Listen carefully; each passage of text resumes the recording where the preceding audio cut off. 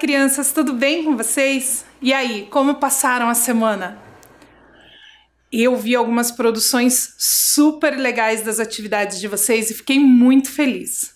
Hoje nós vamos continuar falando sobre ideias de divindade, mas nós vamos para um outro mundo, para o mundo oriental, para você ver como é diferente essa forma de imaginar Deus ou os deuses, essas divindades todas.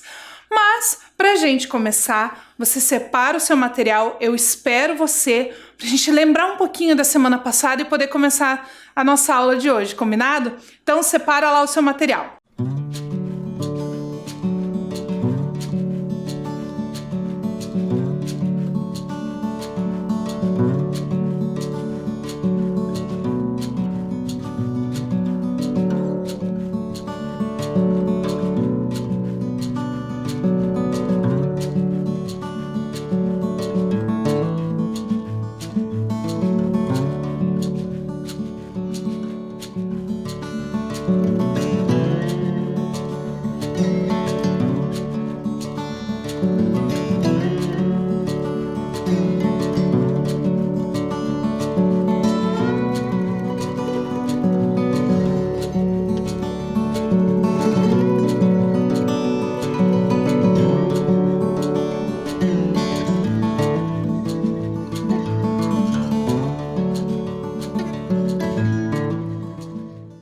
Agora que você já separou o seu material, vamos lembrar um pouquinho da semana passada? Você lembra o que a gente falou na semana passada? O que a gente fez na semana passada? Nós estávamos falando sobre Deus na visão ocidental e como ele era representado no cinema. Lembra que nós vimos várias fotos de artistas diferentes que representaram Deus no cinema? Algumas bem diferentes do que a gente costuma imaginar? Foi super legal, né? Mas hoje nós vamos começar a nossa aula falando sobre uma divindade, sobre uma ideia de divindade que não pode ser representada nem no desenho, nem na escultura, nem no cinema. O livro sagrado dessa religião é bem claro sobre isso. E é esse livro sagrado, o Alcorão. Segundo o Alcorão, Deus não pode ser representado, nem desenhado, nem nada assim. Por isso, nós não temos como trazer nenhuma imagem de como seria esse Deus. Mas o nome dele é Alá. Você já ouviu falar em Alá? Alá é Deus segundo os muçulmanos, segundo o Alcorão.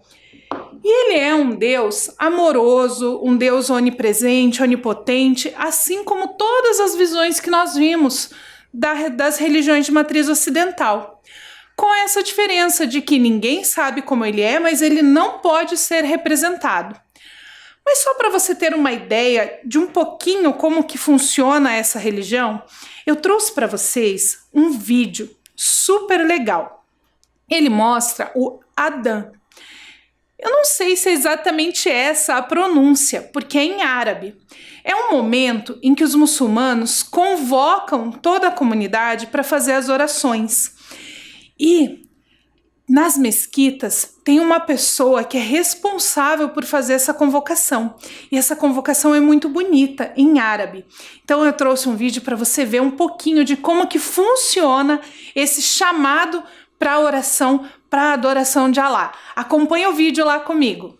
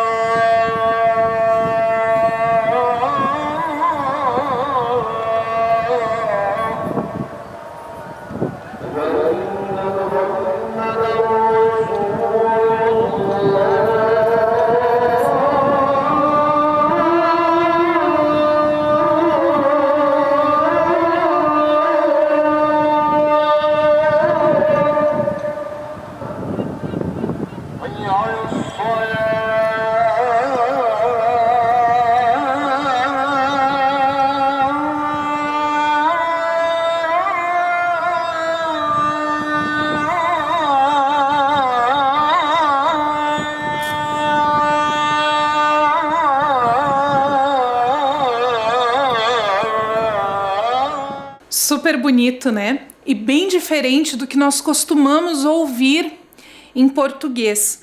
Mas a gente consegue ter uma ideia de como que é essa oração em árabe. Então, só para a gente fechar essa ideia dessas divindades ocidentais, vamos ler juntos esse trecho? O islamismo, assim como o judaísmo e o cristianismo, é uma religião monoteísta. Ou seja, os muçulmanos acreditam na existência de apenas um Deus, que, como mencionado, é chamado por eles de Alá. Essas três crenças são as três grandes religiões monoteístas do mundo. Como esse texto é bem importante para você não esquecer, eu vou pedir para você copiar no seu caderno, combinado? Eu espero você copiar e a gente volta com novas religiões.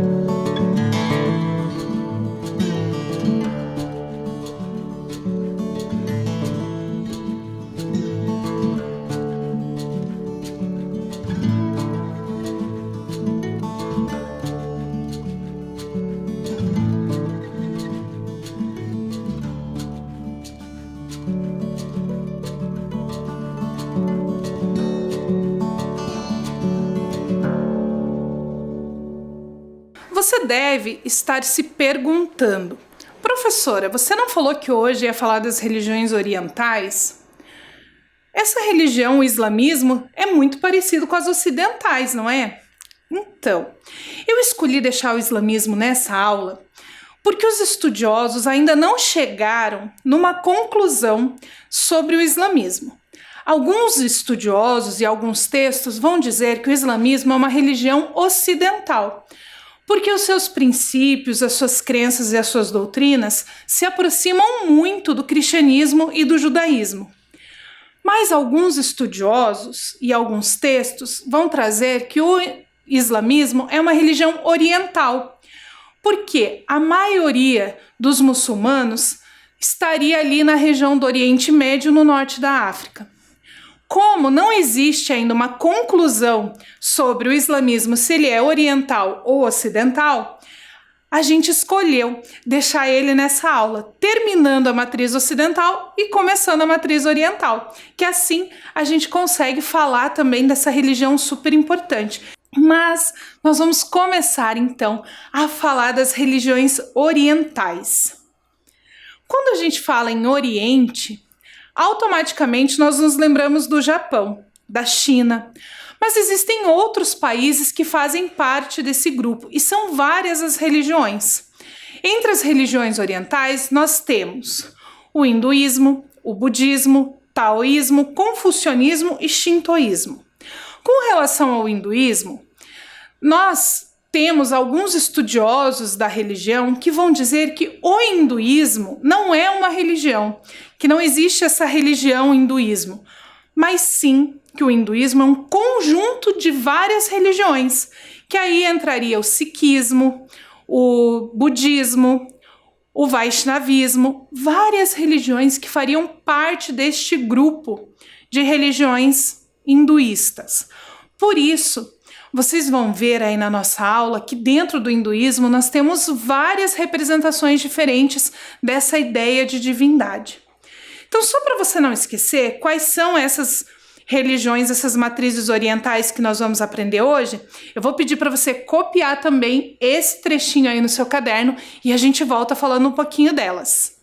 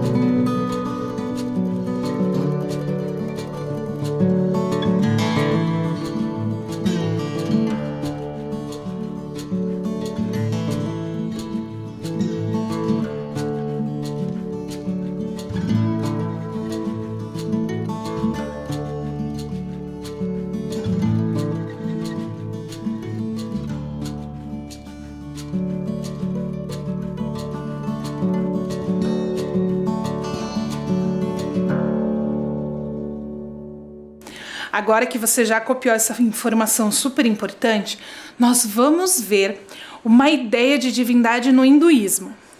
Esse vídeo ele vai contar a história de um deus, mas ele vai falar também o nome de outros. E aí eu volto para falar um pouquinho sobre eles para você. Então acompanha esse vídeo que conta pra gente quem é Shiva. Legal.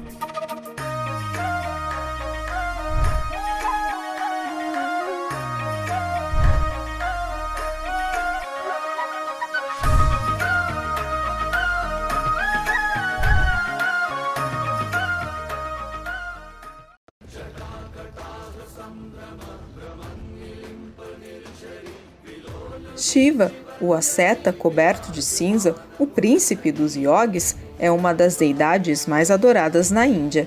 Ele usa um colar de crânios e carrega uma cobra em uma das mãos e um tridente em outra. Com nomes como Mahadeva, o grande deus, e Nataraja, o rei dos dançarinos, Shiva, o auspicioso, é venerado em cidades sagradas como Varanasi, onde seus adoradores devotam suas vidas a ele.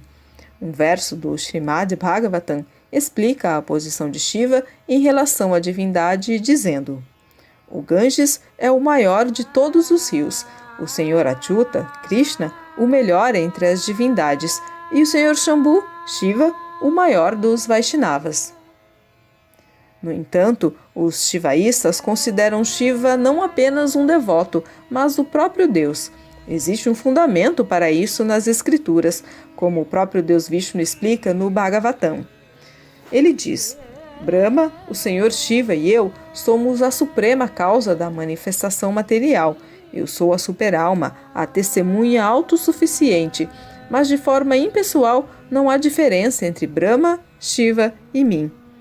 Em outras palavras, todas as três divindades são uma, porque são todas avatares ou descendem do Supremo para o propósito da criação, manutenção e aniquilação. Nesse contexto, elas são conhecidas como os Guna-avatares e comandam os modos da paixão, bondade e ignorância. Todas essas três personalidades são consideradas vários aspectos de um mesmo Deus. O Mahabharata também diz que Vishnu e Shiva não são diferentes, e mesmo nomes como Sharva, Stanu, Ishana e Rudra, tradicionalmente ligados a Shiva, também estão entre os milhares nomes de Vishnu. Tal identificação entre Shiva e o Supremo, o Senhor Vishnu, levou muitos a crerem que todos os deuses mencionados na literatura védica são um. No entanto, um estudo mais próximo das Escrituras revela que, enquanto não há razão para ver Shiva separado de Vishnu, que é Krishna, há também motivo para a distinção entre eles. De acordo com o Bhagavad Gita, Vishnu é o Deus máximo diante do qual até Shiva deve se curvar. Krishna se identifica como a fonte dos mundos material e espiritual. Arjuna confirma que Krishna é supremo. De fato, a supremacia de Vishnu é claramente definida no Rig Veda, que diz: os pés de lótus de Vishnu são o objetivo supremo de todos os semideuses. Os pés de lótus de Deus são como a luz do sol no céu.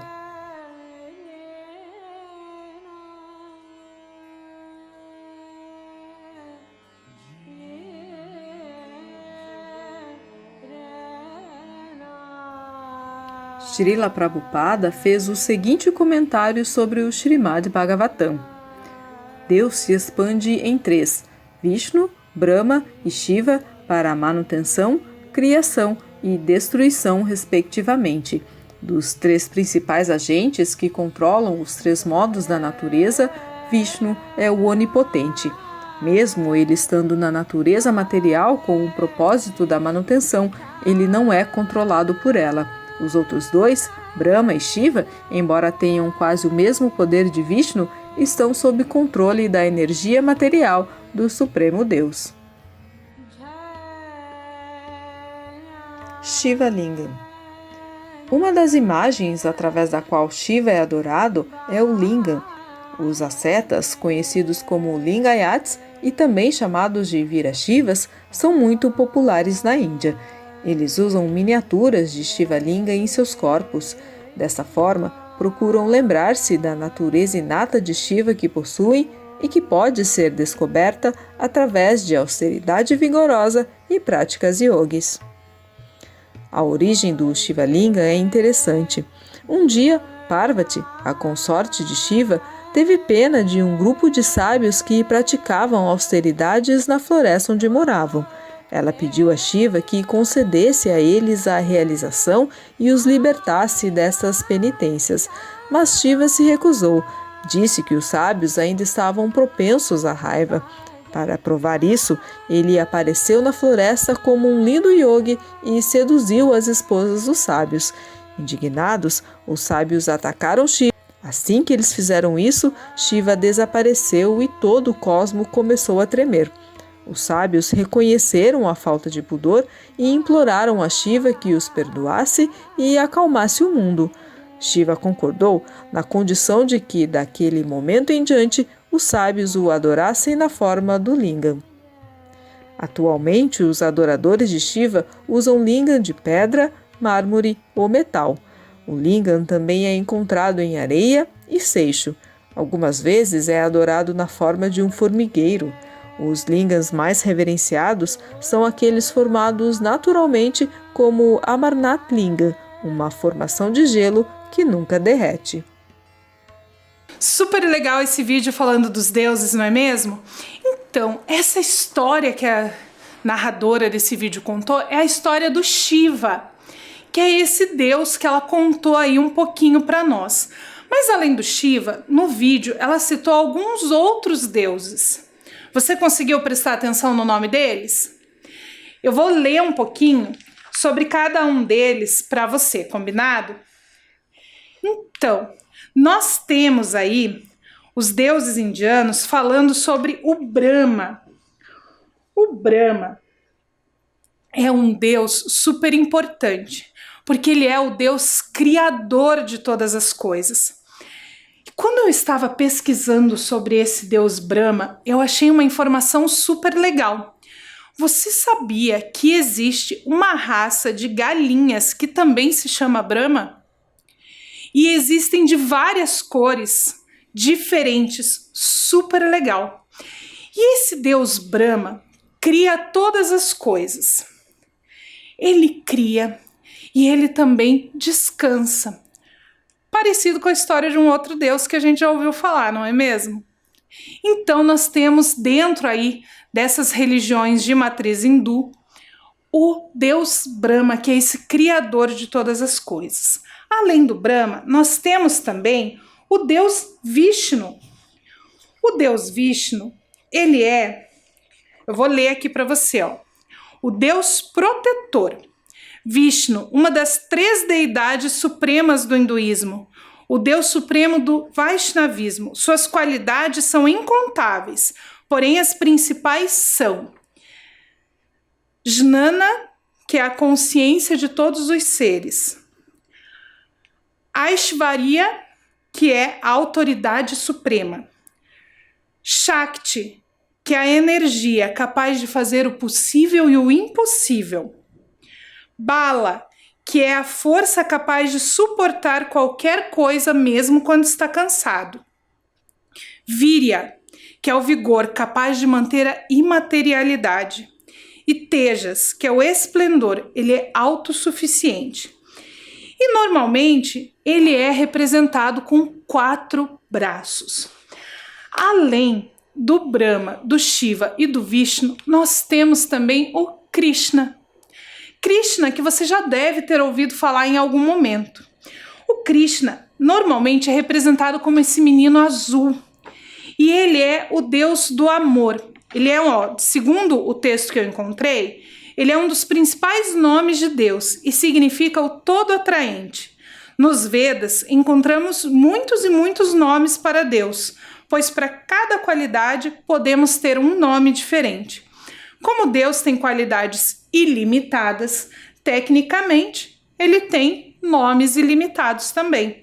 Porém, o nome Krishna tem uma conotação muito especial, porque ele se refere ao aspecto mais íntimo e completo de Deus. E a gente ouve falar muito sobre o Krishna nesse livro, que é o Bhagavad Gita. O Bhagavad Gita é o livro sagrado do Vaishnavismo. Então, ele é um poema, ele é o maior poema já escrito. Ele tem mais de 5.000 versos. Então, ele é um poema bem longo e que fala sobre vários aspectos do mundo e da vida e conta muito pra gente sobre o Krishna, que é essa forma do Deus dentro do hinduísmo. E os hindus, eles têm uma forma muito peculiar de se aproximar desse Deus. Além daquelas formas que a gente já conhece de outras religiões, de outras matrizes, que são a música, a dança, as orações, eles têm a meditação e uma coisa que eu tenho certeza que você já ouviu falar. Você já ouviu falar em yoga? Yoga é uma prática usada também pelos hindus para essa aproximação com o transcendente, para essa meditação. Existem várias formas de yoga.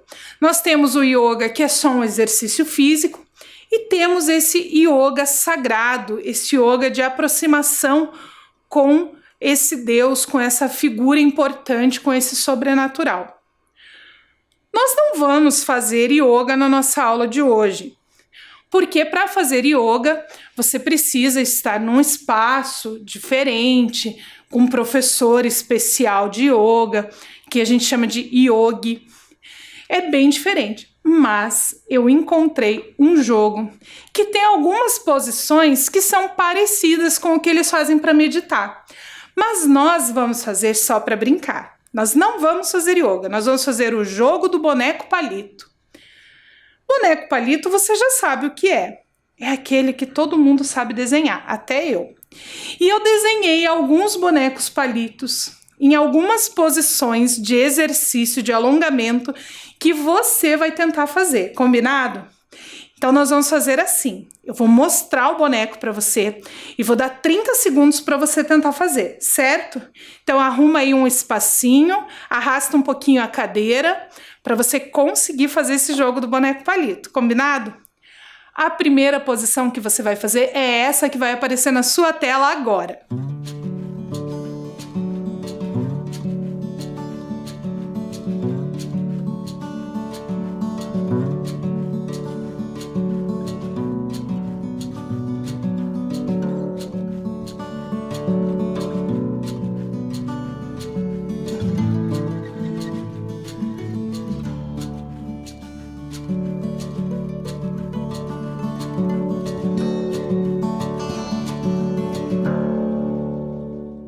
Essa foi fácil, não é?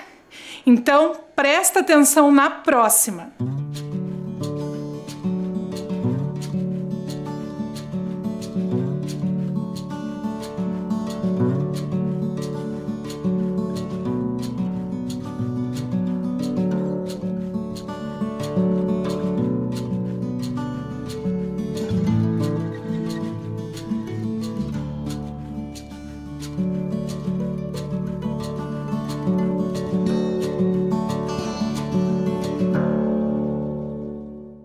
Ainda tá achando fácil? Então agora nós vamos dificultar. Você vai ter que abraçar os seus joelhos. Olha lá.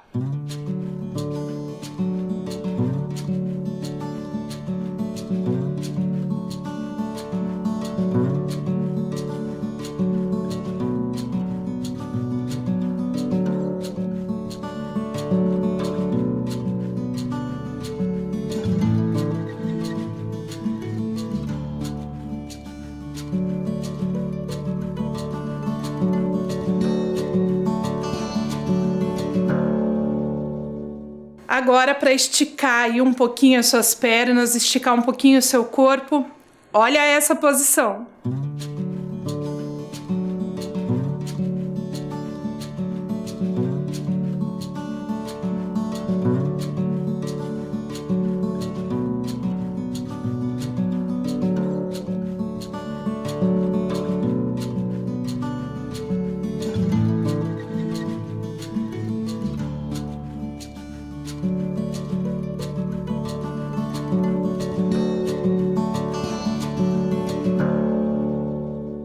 Essa foi muito fácil.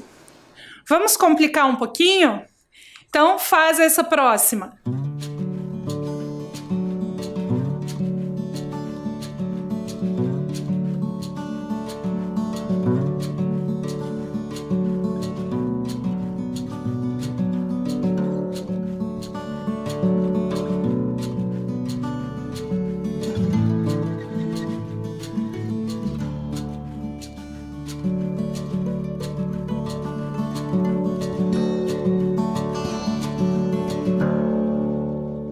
Mas você é criança, é flexível. Vamos ver se você consegue fazer essa.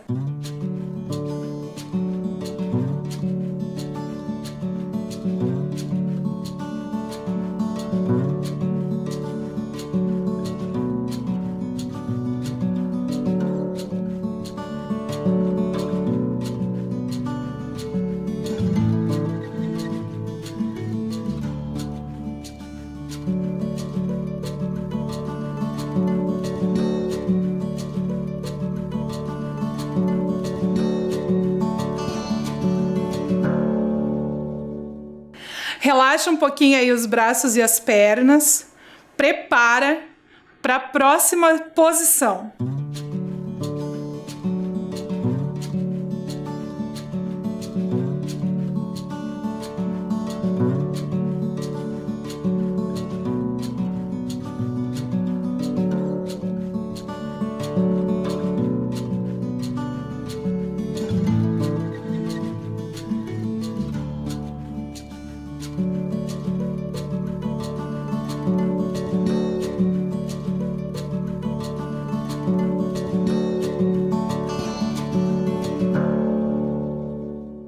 Agora é uma bem mais fácil. Senta aí no chão e se prepara para essa posição.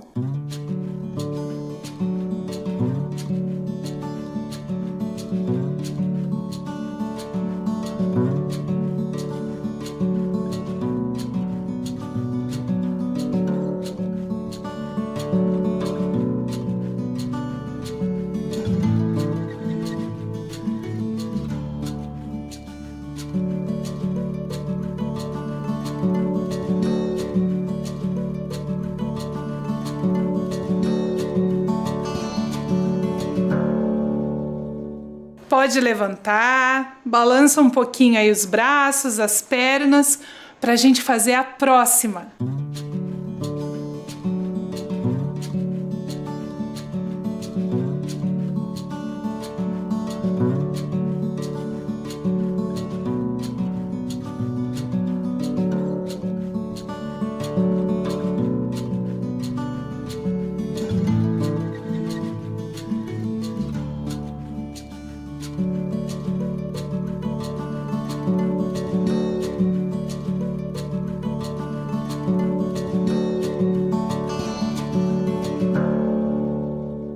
Agora, para esticar bem as costas, coloca os bracinhos para trás e faz essa que é a nossa última posição do jogo do boneco palito.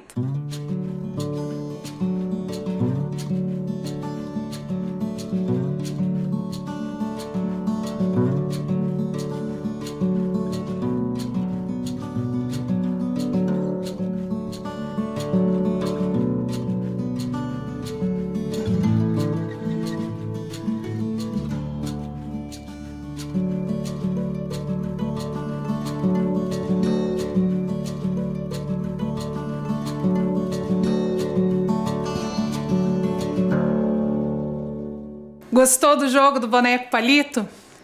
Super legal, né? E uma dica que você pode usar aí na sua casa é você criar novas posições e fazer novos desenhos para o boneco palito. Que o boneco palito é fácil de desenhar. Então você pode ver a posição que você consegue fazer e desenhar o boneco nessa posição e desafiar as outras pessoas a fazerem então a posição do boneco palito. Legal, né? Mas, além dos deuses e do yoga, dentro da cultura oriental nós temos a representação de semideuses. Puxa vida, o que será semideuses? Presta atenção nesse vídeo que vai explicar para você então o que são esses semideuses na cultura oriental.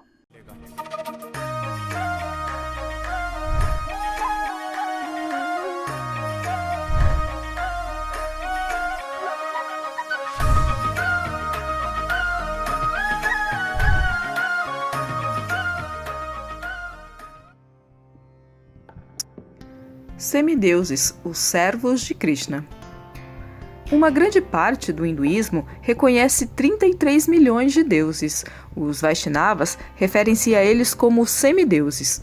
O prefixo semi, do latim, quer dizer meio ou metade, o que indica que eles são metade deuses. Em outras palavras, eles não são deuses, mas seres altamente capacitados e subservientes a Deus. Consequentemente, a adoração aos semideuses não é considerada apropriada pelos Vaishnavas. Ela deve ser realizada apenas ao Deus Supremo. É por essa razão que Krishna diz na Bhagavad Gita: aqueles que são devotos dos outros deuses e os adoram com fé, na verdade, adoram apenas a mim, mas eles fazem isso sem a completa compreensão. As palavras que Krishna usa para essa explicação são aviti purvakam, que significam inapropriado, de forma não autorizada. Ele ainda afirma: os homens desse mundo desejam o sucesso em atividades fruitivas e, assim sendo, eles reverenciam os semideuses. Ele quer dizer que a adoração aos semideuses tem motivação materialista. Especialistas do Vaishnavismo dizem que ganhos materiais jamais podem satisfazer o homem verdadeiramente, porque ele é um ser espiritual. Além disso, eles afirmam que se um indivíduo reza aos semideuses, isso deve ser feito por razões espirituais. Por exemplo, pode-se pedir a Ganesha, o removedor de obstáculos, que ele tire os obstáculos do caminho para se chegar a Deus. No entanto, a tradição Vaishnava enfatiza que até mesmo esse tipo de adoração é desnecessária, pois todas as bênçãos, no final das contas, vêm de Krishna. Os semideuses fazem parte também dessa cultura indiana. Mas dentro da cultura oriental, lembra que eu falei para você que tem vários outros países? Nós temos no Japão também vários seres mitológicos sobrenaturais que fazem parte da cultura e da religiosidade daquele país. São os yokai e os oni. Para a gente entender um pouquinho do que são esses seres sobrenaturais, eu trouxe uma história para vocês, que vem já com a contação de história e a explicação do que são esses seres mitológicos sobrenaturais do Japão. Presta atenção! Naita Akaoni, ou O Oni Vermelho que Chorou, é uma história escrita por Hamada Hirozuki e publicada em 1933, com o objetivo de ser um conto de fadas. E a história é mais ou menos assim. Era uma vez um Oni vermelho e um Oni azul. O Oni vermelho queria ser amigo das pessoas da vila e um dia colocou uma placa na frente da sua casa. Aqui vive um Oni gentil. Todos são bem-vindos para visitar a casa. Também tem um chá e um delicioso bolo. O Oni vermelho esperava visitas com muita expectativa. Mas ninguém veio. Triste e desanimado, se perguntou: sou um Oni tão gentil, por que ninguém veio me visitar? E arrancou a placa.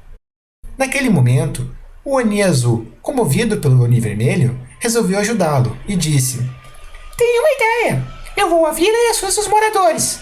Então, você os defende. Assim, as pessoas da vila vão considerar você um herói. E assim fizeram. E muitas pessoas da vila visitaram a casa do Oni Vermelho. Ele fez muitos amigos e estava muito contente. Mas então, achou uma carta do Oni Azul, que não tinha visto desde então. Meu caro Oni Vermelho, se continuar a andar com você, talvez as pessoas duvidem de você. Por isso, devo partir. Viva feliz com as pessoas do vilarejo. Do seu amigo, o Oni Azul. E o Oni Vermelho leu a carta e chorou. E esse conto de fadas nada mais é do que uma história para crianças, um tanto melodramática, contando uma história feita para boi dormir. Mas será que é isso mesmo? Ou será que pode ficar mais interessante complicando? O Oni Vermelho que Chorou é uma história japonesa, e justamente por isso precisamos entender um pouco melhor da cultura japonesa para entender melhor essa história. Para começar, temos o termo Oni. Oni pode ser traduzido diretamente como demônio, daimon, entidade, troll ou mesmo ogro, sendo entidades místicas japonesas muito comuns nos contos de fadas e na mitologia clássica do Japão. E o termo Oni engloba um número muito grande de entidades, desde deuses e espíritos protetores, a ogros comedores de pessoas e espíritos traquinas, não sendo em si um termo para representar algo bom ou mal, mas sim entidades que são simplesmente o que são. E nessa história especificamente, os Oni se aproximam muito ao que conhecemos como ogros. O ogro é conhecido por ser um personagem gigante e de grande força física, mas em compensação tem muitas poucas habilidades civilizatórias, e geralmente tem uma inteligência limitada e poucas habilidades sociais, sendo mais conhecido como devorador de pessoas do que como um membro produtivo da sociedade. E simbolicamente, o ogro representa algo poderoso, algo com grande força, mas que é apenas meio humano, não passou pelo processo civilizatório e não consegue se adequar completamente a uma situação humana. Ou pode se referir também a uma pessoa grande, forte e desajeitada, ou alguém um tanto grosso.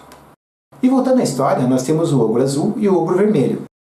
O vermelho, simbolicamente, tem uma relação muito grande com emoções muito fortes, com o fogo, com a energia e com a necessidade de prestar atenção em alguma coisa. E dentre muitos outros simbolismos do vermelho, ele também se aproxima muito do simbolismo do sangue, ou seja, da essência, das emoções mais profundas de uma pessoa. E curiosamente, ao contrário da nossa cultura, onde o preto, a absorção total de luz, é o contrário do branco, que reflete toda a luz, na cultura japonesa, o vermelho, a atividade, é o oposto do branco, que seria a passividade. Por sua vez, o azul é simbolicamente relacionado com o frio, com a individualidade, com o sentimento oceânico, com o céu, com a filosofia, com a espiritualidade e com questões metafísicas. Desse modo, não é nenhum exagero relacionar o vermelho com a extroversão, com o desejo de socializar com pessoas e com o desejo de viver no mundo, enquanto o azul teria uma relação muito mais forte com a introversão, com o desenvolvimento espiritual e o desejo de ficar com você mesmo. Não é muito difícil de ver uma grande polaridade entre o vermelho e o azul. E esse simbolismo também se aproxima muito da característica da personalidade dos Onis vermelho e azul. O Oni vermelho tem uma característica mais extrovertida. Ele vai atrás dos seus desejos e busca viver junto com as pessoas da sua região. Já o Oni azul, por sua vez, prima muito mais pela resolução do problema em si do que pela questão emocional envolvida. Ele é muito mais analítico e realmente resolve o problema de socialização do Oni vermelho. Só que no final das contas, também faz ele chorar na história.